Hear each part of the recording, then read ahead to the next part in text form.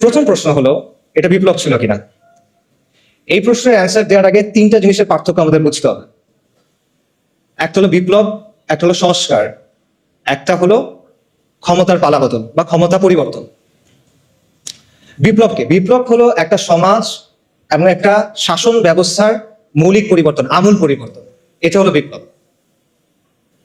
সংস্কার হলো এর লিমিটেড।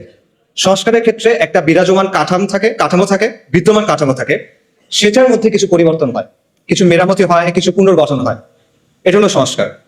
আর ক্ষমতার পালাবদল, এটা আপনারা সবাই বোঝেন, একজন গেল আরেকজন আসবে, দ্যাটস ইট। আচ্ছা, তাও আমি বোঝানোর জন্য একটা এক্সাম্পল দিই। মনে করেন রাষ্ট্র ক্ষমতা হলো একটা চেয়ারের মতো বা একটা সিংহাসনের মতো। এই সিংহাসনের উপরে শাসক বসে থাকে। এখন আপনি এসে শাসককে এখান থেকে নামায় ফেললেন, ধাক্কা দিয়ে টেনে যেভাবে ইচ্ছা নামায় ফেললেন। এটা কি? এটা হলো সরকার পতন। আপনি তারপর চেয়ারে বসে গেলেন, এটা কি? ক্ষমতা দখল। চেয়ারে বসার পর আপনি চেয়ারটা রেনোভেট করলেন, নতুন করে বার্নিশ করলেন, নতুন করে রং করলেন, কোনো জায়গায় ছিঁড়ে গেছিল সেলাই করলেন, কোনো জায়গায় ঘুণ পোকা ছিল আপনি ওটা চেঞ্জ করলেন। এটা হলো সংস্কার। কিন্তু বিপ্লব কি? বিপ্লব হলো আপনি চেয়ারটা ডিসম্যান্টল করবেন, আপনি ওটা ভাঙবেন, নতুন করে তৈরি করবেন, এবং নতুন চেয়ারটা আগেরটার মতো হবে না, এটা ডিফারেন্ট হবে। এবং প্রবলেম ওটা চেয়ার নাও হইতে পারে, ওটা একটা টুল হইতে পারে, দিভান হইতে পারে। এটা হলো বিপ্লব। কাজেই এই জায়গা থেকে যদি আমরা চিন্তা করি, তাহলে আমি আবার প্রশ্নটা করি, জুলাইয়ের আন্দোলন কি বিপ্লব ছিল কিনা? জুলাইয়ের আন্দোলন বিপ্লব ছিল না। আপনারা চিন্তা করে দেখেন এখানে কি হয়েছে। এখানে শুধুমাত্র একটা কাজে সাফল্য আসছে, সরকার পতন, হাসিনার পতন হয়েছে। কিন্তু ক্ষমতা দখলটাও কিন্তু হয় নাই। যারা বিপ্লবের নেতৃত্ব দিছে তারা কিন্তু ক্ষমতা দখল করে নাই, বরং একটা মিক্সড ধরনের পাওয়ার শেয়ারিং হচ্ছে। এটা আমরা সবাই দেখতেছি এখন, রাইট? আচ্ছা, সংস্কারের ক্ষেত্রে আমরা এখনো বলতে পারতেছি না আসলে সংস্কার কতটুকু হবে। It still remains to be seen. Probably সংস্কার হবে কিছু, নো ডাউট, বাট ডেফিনেটলি এখানে আসলে বিপ্লব হয় নাই। তাহলে এখন প্রশ্ন হলো, কেন এটা বিপ্লব হইল না? এতগুলো মানুষের কোরবানি, এত মানুষ অন্ধ হয়ে গেল, এত মানুষ পঙ্গু হয়ে গেল, এত কষ্ট, তাও এটা কেন বিপ্লব হয় নাই? এটার অ্যান্সারটা আসলে সহজ। কারণ এখানে কোনো বৈপ্লবিক আদর্শ ছিল না, এখানে কোনো বৈপ্লবিক পরিকল্পনা ছিল না, এখানে কোনো মতাদর্শ প্রতিষ্ঠার জন্য, কোনো আদর্শ বা আকীদা প্রতিষ্ঠার জন্য এই আন্দোলন হয় নাই। এখানে কোনো ম্যানিফেস্টো ছিল না, কোনো কিতাব ছিল না। ইনফ্যাক্ট মানুষ এখানে কোনো নেতার পিছনেও নামে নাই। ইনফ্যাক্ট এই পুরো আন্দোলনটার মজার বিষয় হলো যে মানুষ এখানে আসলে কোনো কিছুর ফরে নামে নাই, তারা এখানে নামছে বিরুদ্ধে। কিসের বিরুদ্ধে? মানুষ এখানে নামছে গণহত্যার বিরুদ্ধে, জুলুমের বিরুদ্ধে। মানুষ এখানে নামছে আবু সাইদের উপর যে গুলি চালানো হয়েছে সেটার বিরুদ্ধে। মানুষ নামছে মুগ্ধ, আসহাবুল ইয়ামিন, ফাইয়াজদের উপর পাখির মতো গুলি করার বিরুদ্ধে। মানুষ নামছে আওয়ামী মিথ্যাচারের বিরুদ্ধে। এই যে লাশের চেয়ে মেট্রো রেল বেশি দামি, এই বয়ানের বিরুদ্ধে মানুষ নামছে, আওয়ামী মিথ্যাচারের বিরুদ্ধে মানুষ নামছে, আওয়ামী জাহেলিয়াতের বিরুদ্ধে মানুষ নামছে, এবং শেখ হাসিনার বিরুদ্ধে মানুষ নামছে। কিন্তু মানুষ কোনো বৈপ্লবিক আদর্শের জন্য নামেনি। পুরো প্রসেসটা একবার চিন্তা করে দেখেন। কোটা সংস্কার এটা কিন্তু একটা জনমানুষের ইস্যু না। মানুষ কিন্তু সমর্থন দিয়েছে অবভিয়াসলি, বাট এটার জন্য মানুষ রাস্তায় নামতো না, রাইট? কিন্তু মানুষ শেষ পর্যন্ত নামলো কেন? কারণ হাসিনার লাগাম ছাড়া বক্তব্য, তার একটার পর একটা ব্লান্ডার, তার ব্রুটাল রিপ্রেশন, এসবের কারণে শেষ পর্যন্ত মানুষ চিন্তা করলো যে এবার একটা এসপারোসর হইতে হবে, শি মাস্ট গো। এভাবে আসলে একটা দেশ চলতে পারে না। এই কারণে মানুষ নামছে। এবং বেসিক্যালি শেখ হাসিনা পুরো দেশের মানুষকে তার বিরুদ্ধে আসলে ঐক্যবদ্ধ করছে। এটা ছিল এই বিপ্লবের গ্লু, মানে সরি, এই মুভমেন্টের গ্লু। এটা ছিল এই মুভমেন্টের গ্লু, কোনো আদর্শ না। এটা ছিল হাসিনার বিরুদ্ধে একটা গণবিস্ফোরণ, একটা পপুলার আপরাইজিং বেসিক্যালি, যে সহজভাবে আমি বলি। মানুষের দীর্ঘদিনে জমে থাকা যে ক্ষোভ, রাগ, এই জুলুম মানুষ সহ্য করতে আর পারতেছে না, এবং মানুষের মনে হচ্ছে যে এইভাবে আসলে আমরা থাকতে পারবো না। এই কারণে মানুষ রাস্তায় নেমে আসছে। এবং আমি এই কথাটা লিখছি এবং এটা বারবার বলি, এবং আমি এটা আসলেই বিশ্বাস করি যে এই আন্দোলনের মূল উস্কানিদাতা শেখ হাসিনা, এটার প্রধান সমন্বয়ক শেখ হাসিনা, এটার প্রধান স্থপতি শেখ হাসিনা, এটার প্রধান ইঞ্জিন বা চালিকা শক্তি শেখ হাসিনা। শেখ হাসিনাকে ছাড়া এই আন্দোলন কখনো সরকার পতনের দিকে যায় না।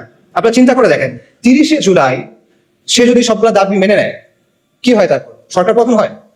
হয় না সরকার পতন। তাদের ফেরত যেতে হইতো তখন। সব দাবি মেনে নিচ্ছে, এখন তুমি কি করবে? তার ফেরত যেতে হবে। হয়তোবা তারা কয়েক মাস পর নতুন কোনো আন্দোলনে আসতে পারতো, সেটা ডিফারেন্ট কথা, কিন্তু আন্দোলন ওখানে শেষ হয়ে যায়। কিন্তু শেখ হাসিনা কি করলো? সে আলটিমেটলি এটাকে পতনের দিকে নিয়ে গেল। তার যে হিউব্রিস, তার যে অ্যারোগেন্স, তার যে অহংকার, এটা আলটিমেটলি তাকে পতনের দিকে নিয়ে গেল। এবং এইখানে আমি আসলে ফিরআউনের সাথে একটা মিল দেখতে পাই। ফিরআউনের কথাটা চিন্তা করে যে বনী ইসরায়েল যখন লোহিত সাগরের সামনে গেল, মুসা আলাইহিস সালামের পেছনে পেছনে সাগর ভাগ হয়ে গেল, বনী ইসরায়েল সাগরের মধ্যে চলে যাচ্ছে। ফিরআউনের কি দরকার ছিল তার পেছনে পেছনে যাওয়ার? সে কি গেইন করতো এখানে? বনী ইসরায়েল তো চলে যাচ্ছে, বনী ইসরায়েল তার পাওয়ার জন্য কোনো চ্যালেঞ্জ না, বনী ইসরায়েল তার সিংহাসন নিতে চায় না। তাহলে সে কেন যাচ্ছে? সে দেখতেছে তার সামনে একটা সমুদ্র লিটারালি ভাগ হয়ে গেছে, একটা সুপার ন্যাচারাল ইভেন্ট তার সামনে ঘটতেছে। সে বুঝতেছে এটা দুনিয়াবি কোনো শক্তির কাজ না। তাও সে কি করতেছে? তার মনে হলো যে না, এর পিছনে আমি যাই। এটা কেন? এটা তার অ্যারোগেন্স। সেই তো বলছিল আনা রব্বুকুম আ'লা। এটা তার অহংকার, এবং এই অহংকারটাই তার পতন নিয়ে আসছে। এবং সেই ব্যাপারটা আমি বলবো যে শেখ হাসিনার ক্ষেত্রে হয়েছে। আল্লাহ এইভাবেই তার পতনটা রাখছেন। তার কথা বলা, এই আন্দোলন নিয়ে অনেক ধরনের তত্ত্ব আছে, অনেক ধরনের ষড়যন্ত্র তত্ত্ব আপনারা শুনবেন। যেমন ধরেন, কেউ আমেরিকার কথা বলবে, কেউ কালার রেভলিউশনের কথা বলবে, কেউ এনইডির কথা বলবে। এবং এই কথাগুলোর যে একেবারে মেরিট নাই আমি সেটা মনে করি না। এখানে কিছু মেরিট থাকতে পারে, but at the end of the day দুটো পয়েন্ট আমাদের স্বীকার করতে হবে। সে দুটো পয়েন্ট হলো, শেখ হাসিনার বিরুদ্ধে পুরা বাংলাদেশের অধিকাংশ মানুষ একসাথে হয়ে গেছিল, একটা ইজমা হয়ে গেছিল যে she must go. And second পয়েন্টটা হলো, দুনিয়া চালায় কে? আল্লাহ। আল্লাহ মালিকুল মুলক, আল্লাহ আল জব্বার আল মুতাকাব্বির, এবং আল্লাহ আল লতীফ আস-সাতুর। ওয়াল্লাহু গালিবুন আলা আমরি ওয়ালাকিন্না আকসারান নাসি লা ইয়ালামুন। আল্লাহ তার কর্ম সম্পাদনে প্রবল, যদি অধিকাংশ মানুষ তা জানে না। অনেক মানুষের অনেক পরিকল্পনা থাকে, মাখলুকের অনেক পরিকল্পনা থাকে, অনেক ষড়যন্ত্র থাকে, but at the end of the day কার ইচ্ছা বাস্তবায়ন হয়?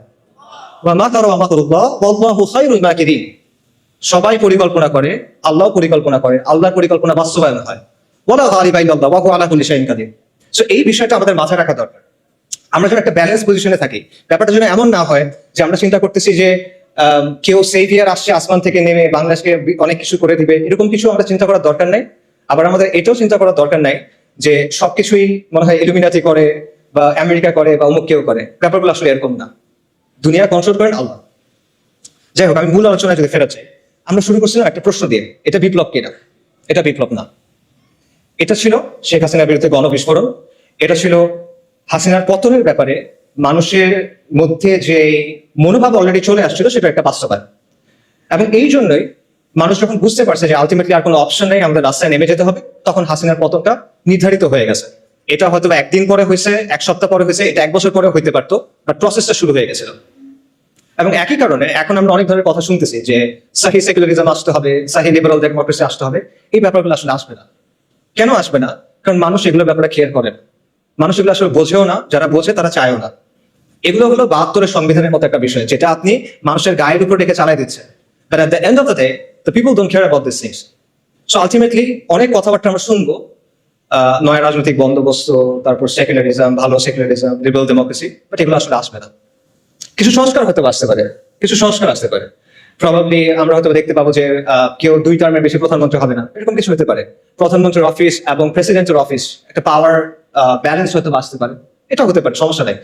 বাট অনেক গ্রাউন্ড ব্রেকিং কোনো চেঞ্জ আসবে এটা মনে করার কারণ আমি দেখি না। এটা হলো ফার্স্ট কোয়েশ্চেনের অ্যান্সার।